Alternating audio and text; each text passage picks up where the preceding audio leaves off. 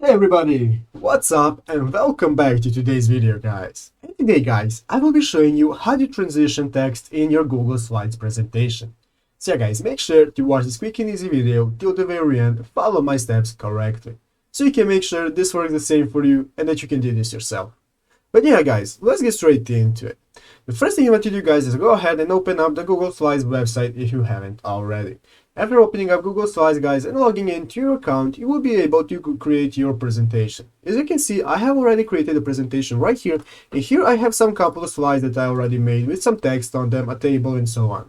So guys, let's say that during the presentation, while presenting, I want to add transition to some of my text to appear at some time in the presentation. It's very easy to do guys, and I'm going to be showing you right now how to do it.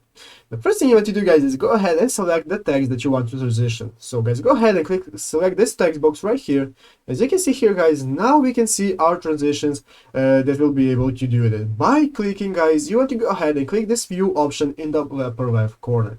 Guys, go ahead and click on view, and now this will open up this new drop-down menu where you have multiple options such as slideshow and so on. What you want to do guys is go ahead and click on motion.